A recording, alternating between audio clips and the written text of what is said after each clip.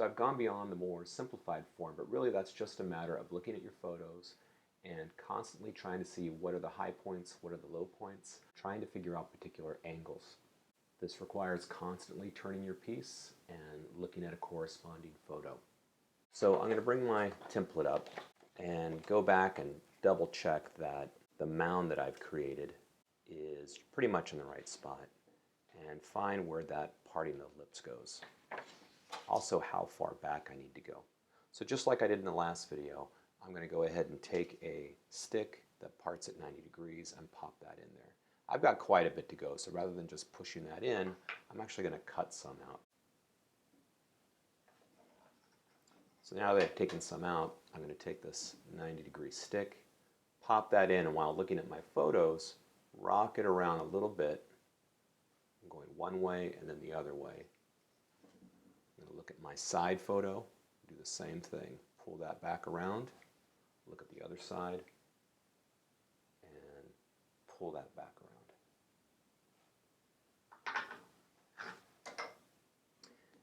Now I'm going to push this in and create two angles at the same time and push that in a little bit and then lift this upper lip up just a little bit. Again, those aren't the most anatomically correct lips, but they're something to start with, and I can push them in further later on. I checked with the template and there's a little bit more clay that I need here. So I'm going to go ahead and add some slip, score that up, and take just a small amount of clay and work that in. Look at it in profile and figure out where that clay belongs. Now that I'm looking at the template, I'm seeing that I need to add a little bit more clay to the upper lip as well.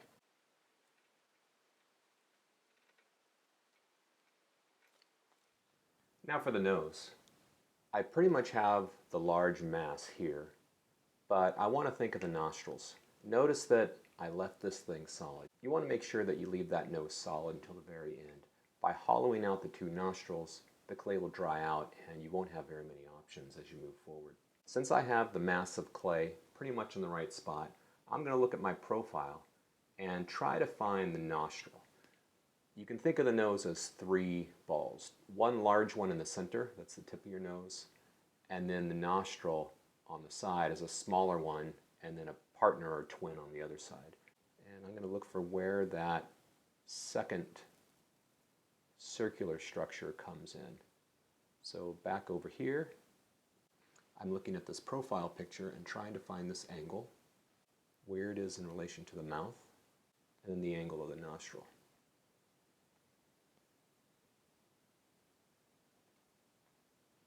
Before I go much further, I'll come to the other side and do the same thing.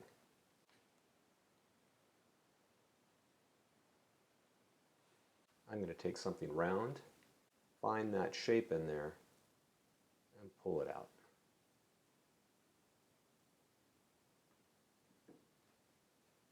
A 45-degree view is really helpful for this.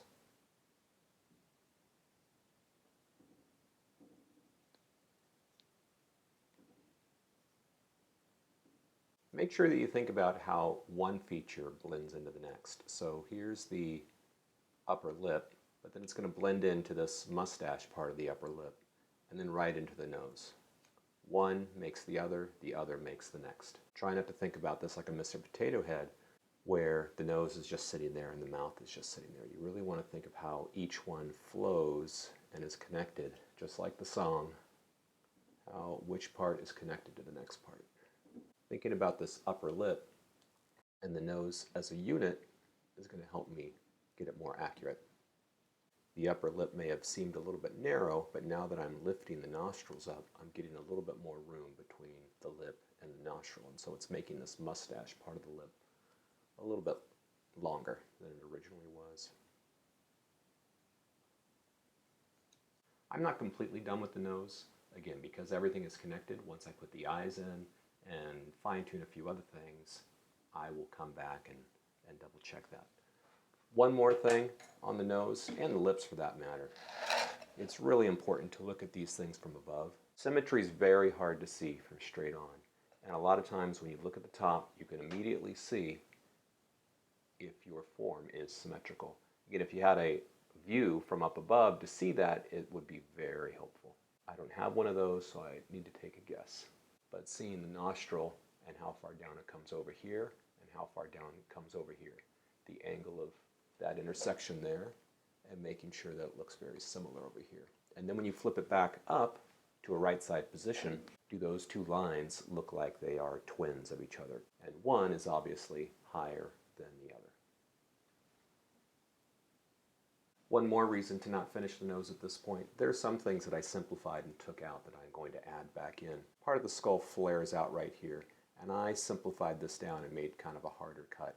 So again, the nose isn't going to look completely right until I add that little piece back in. I'm going to move to the ears now. I used the template to tell me where those ears are going to be. I could visually look at the photographs and take a look and see that the upper ear goes just to the top of the eye. I don't have the eyes yet, but I have the eye socket of where they're going to go. The lower ear goes just to somewhere between the tip of the nose and the tip of the upper lip, which is where I have that there. I took some time to make sure these were oriented in the right spot, that one isn't further back or further forward than the other. Because I want to keep these symmetrical, I'm going to try to make these together. Once I separate the two ears, it's really hard to see if they match. So I'm going to go ahead and make a heart shape. I'll go ahead and draw on here. Just kind of put that echoed piece. So here's one piece, here's the other, so I need a piece at least that big. And I'm going to kind of make a heart, because that's going to become the lobe there. I'll make sure this is as symmetrical as I can get it. So I have this little cookie-like slab of clay. So here's this heart shape, and one kind of matches the other one. So there's a lot of different ways to think of the ear. It's a fairly abstract shape, but there is a structure to it. I like to think of it as a fish hook and a letter Y. There's an upside down fish hook right here. So here's that sharp part of the fish hook. And here's that part you would thread the fish hook through. Before we go too far, let's do it to the other side as well. The next thing is a letter Y. There's a lowercase y right up here. Now everyone's ear is different, but if you have those two components, this question mark or fish hook-like lobe, and if you can find that Y up above, you can make some sense of it. The part that can be quite a bit different is how this Y ends. So mine is going to come around, and then I'm going to drop that down in a little bit. And here's going to be the little skin flap that hides the ear canal. So now I've cut those two apart. I'm going to double check them and make sure that in cutting them, or in the way I shaped this, they weren't too far off. Because once I separate these and put them on either side of the head, it's really going to be hard to figure out which is which. Now this is where a loop tool would really come in handy, but I'm going to try to do this with just a knife. First of all, that letter Y, I'm going to take out the center of it, and then I'm going to separate it from the fish hook.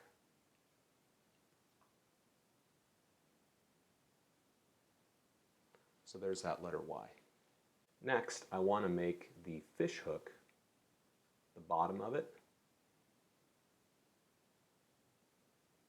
and separate that from the Y a little bit. And then this sharp part of the fish hook of the lobe that comes in, think of it like a ramp going down to a lower level. It's going to spiral down and become lower. Now this little flap, that's going to get blended into the piece later on. So I'm not going to do too much there. I'm just going to separate out the lobe. So before I go much further, I'm going to do the same thing to the other one. Okay, so now I have these two. They still need some fine tuning, but the rough structure is there. Before I add them on, I want to show you what would happen if I just put these two cookie-like shapes on top of here. When you come forward, the figure would almost look like it's wearing headphones. I want those ears to slope in. So I'm going to cut a slant off of here. Again, everyone's ears attach a little differently, stick out a little bit more or a little bit less, but that's going to allow me to now have those blend in a little bit more. Come over here, do the same thing.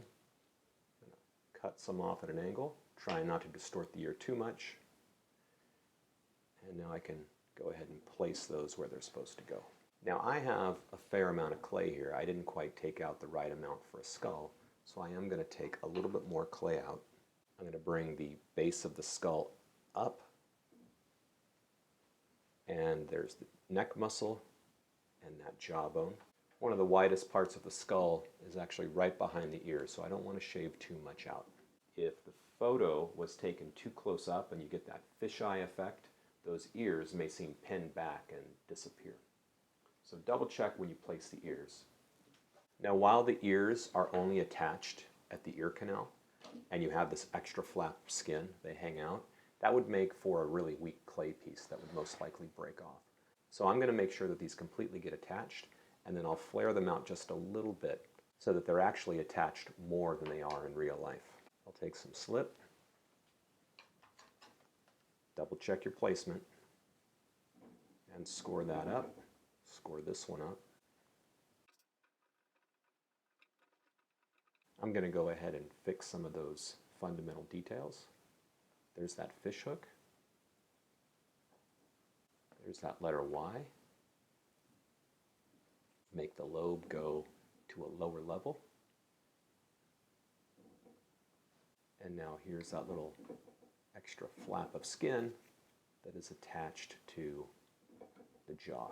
And finally the bottom of the lobe.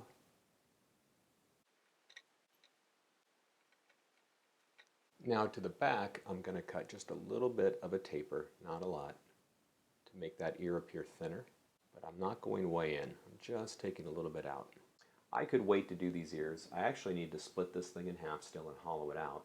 And it might have been a better idea to have waited until that was done. I'll just need to be a little bit more careful when I get to that step.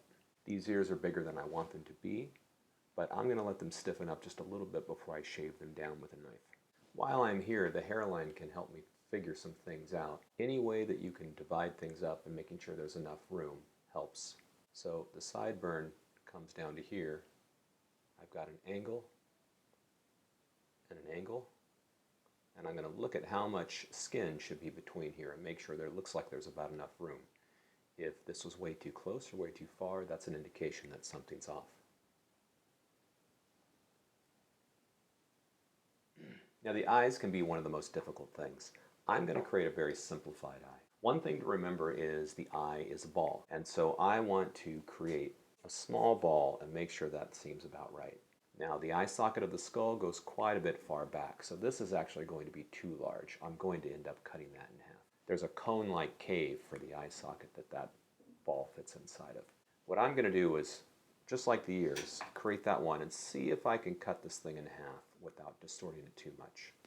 That will give me two shapes that are about the same, and place those in there. Now the human face can be broken down from the front in eyes wide. 5 eyes wide and 7 eyes high. There's almost an eye width from the bottom of the chin to the bottom of the lip. There is about another eye from the bottom of the lip to the bottom of the nose. And you can almost always fit one eye between both eyes. Now what I mean by an eye is the eyeball and a little bit of the eyelid, where that stops at the tear duct to where that stops at the eyelash. So I want to make sure that I can fit about an eye inside of here. I'll create eyelids with 2 cylinders over the top. There's a lot of different kinds of eyelids, but I'm just going to create a simple ball with a lid over the top. But I do want to take a look at it from the side. Where's the tip of that ball in relation to the nose and in relation to the brow, looking at the photographs? That they're not sticking out too far or too far back, that they're not too low or too high. One other thing about that ball, usually the part that you're seeing is the bottom part of that circular shape. These eyeballs look just a little bit too large, but once I put them in, I'll probably remove a little bit. I'm making sure to score the entire eye socket area because I may add clay up here or down below, even up against the nose. I can always smooth this out. However, if I spread some clay to an area that isn't slipped, there's a really good chance that that will separate once the clay dries and is fired. I'm going to lightly place this in so that I can move the other one around as well. So I'm going to check the placement there, look at how much room is in between, and then how much room is on each side. Try to look at them each individually within the eye socket, and then look at the whole group and see what the placing is. This is much easier to see that they're on level. I can tell right away that this one's a little bit bigger than this one. I want to make sure that I look at this one in profile, and also the other side. And it doesn't hurt to take a look at it from below and even from above. Now I could probably push out an eyelid from what I have there, but I'm going to go ahead and add a little bit more. I'm going to go ahead and put some slip over the top of these eyeballs, score the brow and score the eye.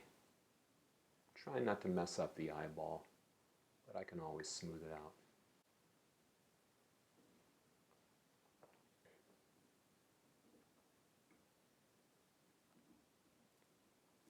Something this small, you want to make it and use it right away. It'll crack right away when it's this small.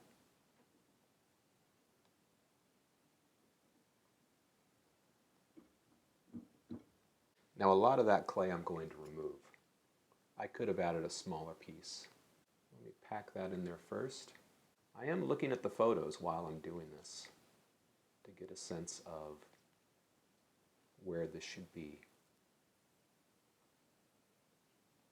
You might be tempted to work on the eyes a lot from the front, but notice I'm starting with the side view because that position of the eyeball, I already know that it's in the right place. I think it's in the right place this way, but it's just as important to check these angles this way. And if you have a 45-degree view, check that one as well, because you can really see the way that eyelid wraps around the circular eyeball. The 45-degree view, I'm actually looking at this eye right now, and the 45-degree view in this photo over here will help me see how subtle that eyelid is. So I'm going to just push the eyelid out of the clay that's here. The upper eyelid kind of holds the lower eyelid. So that's why I want to do this one first, and now I'm just going to push this one in. Just a tiny bit to give that suggestion there. I'm going to add just a tiny bit of clay here for a lower eyelid. Not a lot. Almost, for this scale piece, almost a little piece of spaghetti. Just to give that little bag under the eye. At some point I mentioned early on that working on something smaller can actually be more difficult than working on something larger. And something like these little eyelids are definitely an example of that. Now these eyeballs are bulging out just a little more than I want them to. So I'm going to carefully scrape away a little bit and try to recreate these as slightly smaller spherical forms.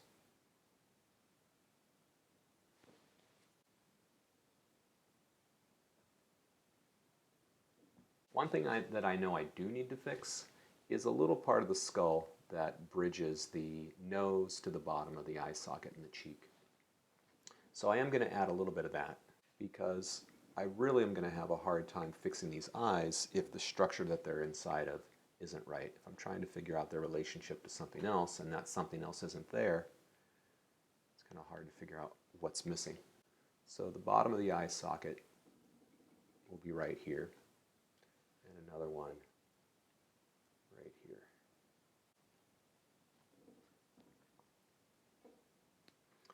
Again, you can always add a little bit more than you need and then take it off. And again, notice how I am constantly moving from angle to angle. Now if this piece comes off the nose, it's connected to the eye socket. So since I built that up, I need to create a little bridge to this other part. Just like the rims of glasses, your eye socket wraps around your eye. I want to add a little bit more clay here for the nasal labial fold. Sometimes you call them just the laugh lines. As you get older, they can get thicker. But I want to add just a bit more here and a bit more here. Again, those 45-degree views, before you really blend them in, don't just look at them up front, but look at it from the side. I can see this one on this side bulging out just a little bit in this photo, and then how that blends in. One helpful tool for sculpting some small details is a small paintbrush. I don't want to do this too many times because I will wipe away the fine clay particles, but I can use that to kind of brush around and just get in there where the tools can't. Just keep dipping the brush in water and that will lubricate it as you go around.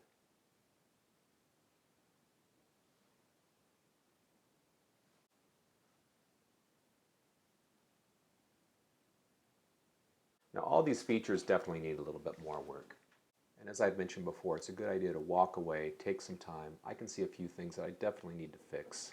But before I do that, I want to take a break and get a little bit of perspective.